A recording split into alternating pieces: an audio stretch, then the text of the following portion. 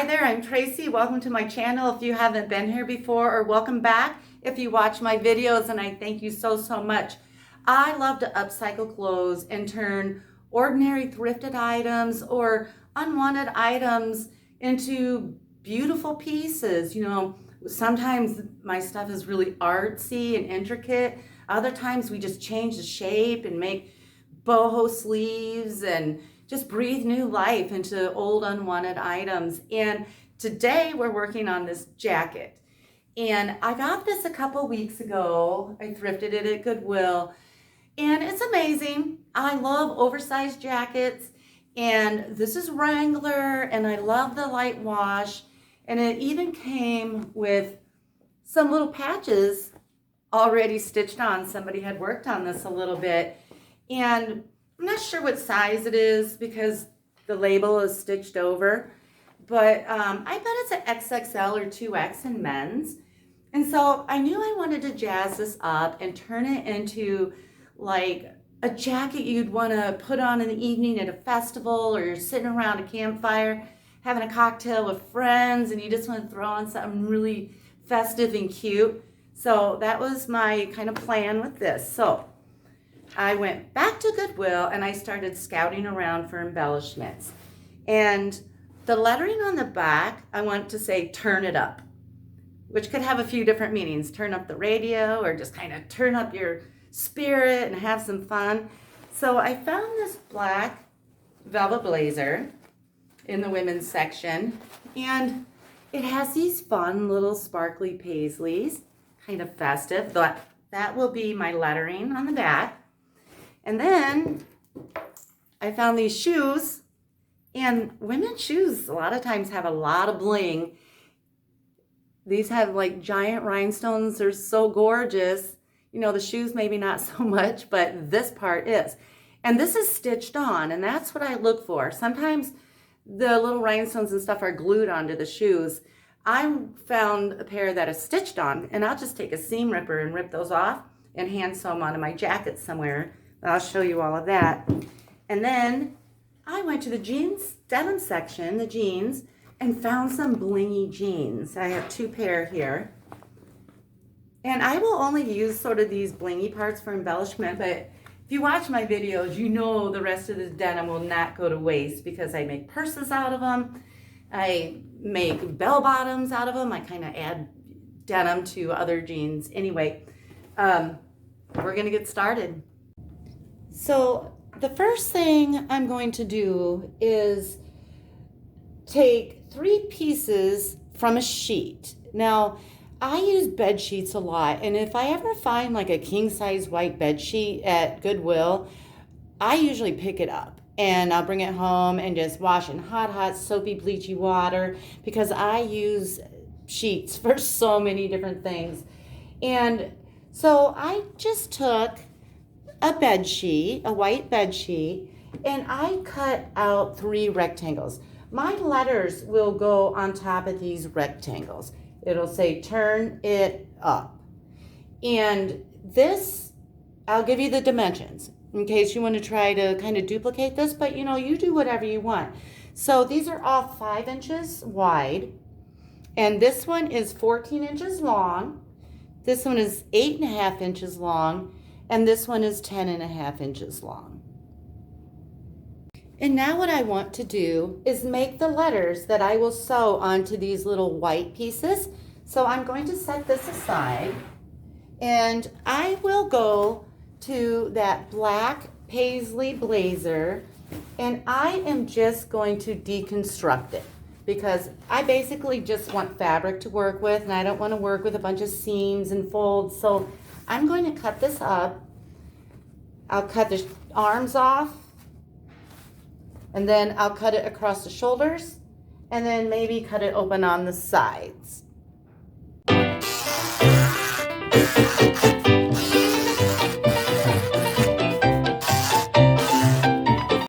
Okay, I have my jacket all cut apart, and I'm working on the back side. I'm not working on the right side. It's just easier to not have to draw over all those sparklies.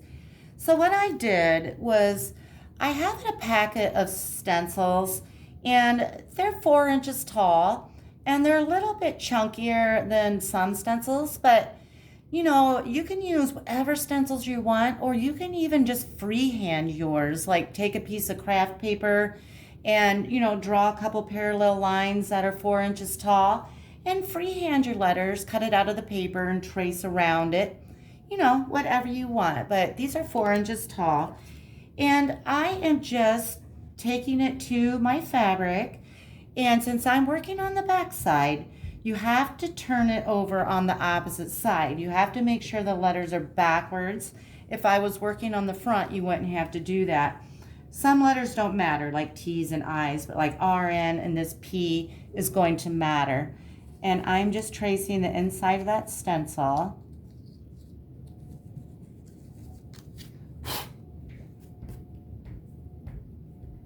And then I even made a little exclamation point I'll put at the end of the word up. So now I'm just simply going to cut those out. Okay, so now I have my letters all cut out, and I'm going back to those 3 rectangle pieces of bed sheet that we have, and I'm just going to lay my letters. The longest one will be the turn. Now you can do whatever you want for the back. If you don't want letters that say turn it up, you can, let me show you my jeans real quick. Okay, so on the back of these jeans, I don't know if you can tell or not, but they say love in just denim. So you could do something like that. You could just take denim and write the word love or peace, or you could take, I'm just saying in lieu of the lettering on the back if it's not your style, or you could take like a bohemian pattern shirt or a skirt and maybe cut out a heart with floral patterns or whatever, you know, a peace sign. But this is just what I'm doing with this jacket. But you know, it's endless what you can really do. So, and then the middle side, or the smallest one, will have it, and then the bottom one will have the word up. And now what I'll do is, before I stitch this, I'm probably going to take a minute and place them on there a little better, you know, a little more symmetrical. And then I'll just take some pins and just pin it on in a few places, because I'll end up stitching this on, but I'll lay them on there neatly first and pin it, and then I'll come back. Okay, so now I have these all pinned on.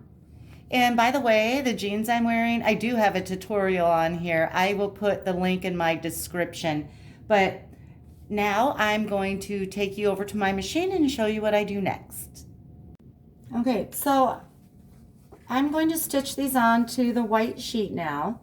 And I am going to use a fairly small zigzag stitch, smaller than I normally use, because lettering's a little more intricate and I don't want a giant stitch. So I'll use a fairly small zigzag stitch, and I'm just going to use black thread. I don't want anything contrasting on these letters. So I will just stick this in. Oh, forgot to set it on zigzag. Okay. And I will just go around each letter. Now, I enjoy doing things like this. I considered putting these letters just right on my jacket, and I've done that before, similar things, but it's so much easier to sew onto just a little piece of fabric and then just sew this big piece on all at once. You really have to, you know, fight a giant jacket around every letter, and so this is so much easier. Okay, so now I have the letters all sewn on. And now I want to put them on my jacket. And I want mine to be angled, each piece, but I am using these 2 seams as sort of my guideline. I am keeping it down the center, but this one I want angled a little bit this way, and this will be more this way. You know, just eyeball it. And I'll stick a few pins in here, and then I'm going to go to my machine and just stitch them on. And I'm going to use, again, a smaller black zigzag stitch, And I'm going to go around the edges on each one of these pieces of bed sheet. But I am going to come in not quite half an inch, a little more than 3/4 of an inch though, because I want these to fray. And I just think that'll add another extra detail and a little dimension. So I'll go a little more than 1/4 of an inch on each one of these, do a small zigzag stitch in black all the way around. Okay, so this is what it's looking like so far. And I just want to make a quick note that whenever I sew denim or heavier materials like tapestries or leather, I always use these jeans needles. They're just heavier duty. Anyway, that's what I use. So the next thing I want to do is I have these 2 pairs of jeans that I thrifted with lots of pretty sparkles and bling on them. And I want to start cutting this apart and figuring out where I want what. So to make it easier on myself, I'm going to cut these legs off and put those in my denim pile and just get them out of here. And then I will cut the sides open. That way, you know, I can see easier what I'm working with here. And I'm using my electric scissors, and I talk about these all the time. When I cut denim, especially or leather or tapestry or lots of repetitive cutting, I pretty much have to use these or I wouldn't be able to do what I'm doing. I have severe tendonitis. This is where I get cortisone shots, and I covered up with makeup. Otherwise, you would see like a big dark bruise and kind of ugly, so I covered up. But I'm going to put a link to these in my description. They save my arms or my wrist especially, and if you have arthritis, something like that, this is just so nice. So I'm just going to cut these apart.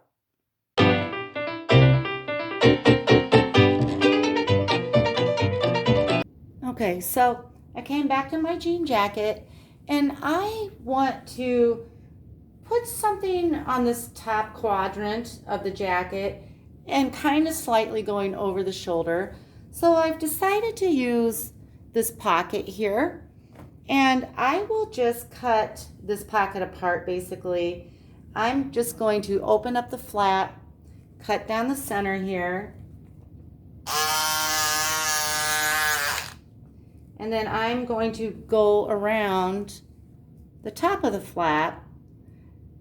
I won't cut the flap perfectly out because when I stitch it, I don't want to be running into jewels and things like that. So I'm going to go about half an inch around the outside of that flap so I have some space to stitch.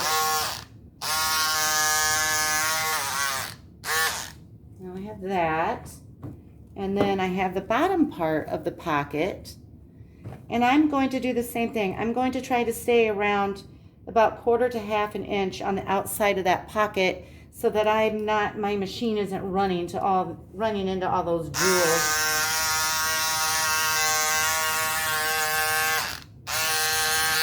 And this doesn't need to be perfectly cut out because when I wash it and dry it, it'll be frayed all around there and you won't see any little flaws.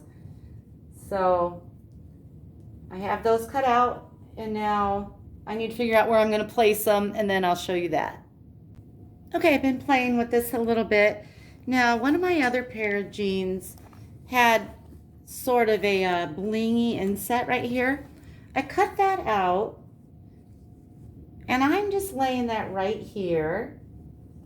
And then I still have the top piece of that other pocket. Now, this is just art. I'm just kind of figuring it out as I go and how it looks, how I want things. Now, here's a flap to another pocket. I'm putting it over here, only upside down. And I think I like how that looks right now. I only like doing a few pieces at a time. That way I don't have pins and things all over the place and make it complicated and difficult. So I'm just going to pin these 3 pieces on to start. And then I will go to my machine and I will use a gold thread because this jacket has gold stitching. And I will just do a straight stitch around the edges. And I want this one just kind of overlapping the top shoulder here. And I'll just go and carefully sew those on and I'll be back. Okay, I have those pieces sewn on. Now, this one wrapped around the shoulder a little bit. And this is what it looks like from the front. I have these pieces all sewn on. Okay, and then I want to do a couple other little things. One of my jeans, I don't know if you can see that, were Miss Me jeans. So they had this M, and well, my last name is Myers. So I just cut out that in a rectangle shape, and I'm going to stitch that right there. And then I had a pair of jeans, Wrangler jeans that I did another project with. And I have the tag, I saved the tag in the pocket from those jeans. And I just cut around that leather tag. It says Wrangler, and this is a Wrangler jacket, so I thought this was perfect. And so I cut about 1/2 inch around it with the denim because I just want to sew the denim. I don't want to deal with sewing into that thick leather. So I will sew that one on and that one on, and then I'm going to do a little bit of hand sewing with some bejewel it. Okay, so I'm going back to these shoes with all the pretty jewels on, and I've got my seam ripper, and I'm just going to cut these off and kind of have a look and see what these jewels look like and lay them on my jacket. And so I will just keep seam ripping. This will be a quick, easy job until I have those all removed on both shoes. Okay, so each shoe had a design like this. It's kind of a T shape, and I have 2 of those. And what I've decided to do is put them on the arms. Now, I would love to sew things on the arms, but it's not impossible, but it's hard. You know, if you have a really big jacket, you can get that into your machine and sew somewhat on the arm as long as you don't get too far down the middle, but that's really hard to put into your machine. But if you hand sew it, it's a lot easier, and then you can have your embellishments on the arm, you know, whether you want to do like a patch or whatever. But I'm going to use these, and I'm going to follow this seam and put the center of this design, whatever it is, down the center. I'm going to stitch that just like that. I don't know if you can see that. Let me scooch it up. So I'm going to go right underneath this seam here. Now you'll have your own stuff, so you may not even be close to doing anything I'm doing here, but just in case, I'll show you closer what I'm doing. I'm just following this seam and sewing it on like that, and I'm going to do one on each arm. Okay, so I have this laid out. I haven't done any sewing yet, and I will match the thread.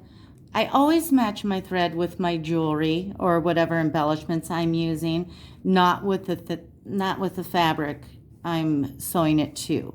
So I'm using a silvery gray, and I'm lucky that these have these little rings here, here, and here. So definitely I will stitch that, and then I'll just go in between a few of these pieces just to make sure it's secure. Probably like here, here, here, here, here, here, here, plus the little rings. And so I'll just take my time and hand stitch this to the jacket. Okay, so I have the bling sewn onto the arms / shoulders. Looking sparkly and cute. And I have these buttons. They're just in my stash of jewelry. You know, just those pins. You can get these about anywhere. I like eBay because you can find older ones, but you can get them at craft stores and things like that. This one says the Allman Brothers Band. But I'll put these on probably in this area. It came with this patch. It says no on it, which is Just kind of funny, I think. But I'll probably put these around this patch just to have kind of a grouping and cluster. But I'll wait till I wash and dry it. But before I wash and dry it, I want to do a little distressing. And I don't want to work really hard. This isn't about the distressing for me, but I just want a little bit. And I'm going to show you a really quick and easy way to distress. Okay, so a lot of times when I distress, I use a box cutter and, I go over and over it. I don't want to work that hard on this one because this is more about the bling and the lettering and not about the distressing, but I do like a little bit of distressing. So what I'll do is, if you cut a raw edge anywhere and you wash it and dry it, it will automatically fray. And an electric scissors that I talk about, it's just an easy way to cut some of those raw edges. Now this has some stitching down at the bottom. If I cut that completely off, this is double fabric right here. It'll completely open up. And I don't want that. I don't want to like deconstruct it. So I'll take my electric scissors, and forgive the noise, this is a little bit noisy. And I'll just shave off some of that. And wherever I shave, that will fray. And I will do that, maybe a little over 50% on each one of my edges. And so I'll do the whole bottom. I will do the edge here in front. I will do the edges on the pockets. I will do the edges on the collars. And I will also do the edges of the sleeve. And these side pockets here, I'll probably cut most of that. Just, trim it very little, just enough so it has a raw edge and will fray. Did I say the bottom of these pockets are around the edge? So I'm going to do that. It won't take me long because I have my awesome electric scissors. And then what I'll do is, I'll tell you a little bit about washing and drying it. I'm going to set the camera up a little different. Okay, so normally when I have something distressed or holes and I want a lot of fraying, I want to wash it in a regular cycle. I want it kind of be roughed up in the washer. But this one's a little different. It's not about the fraying. I do want to see fraying on these edges and a little bit of the part that I cut off.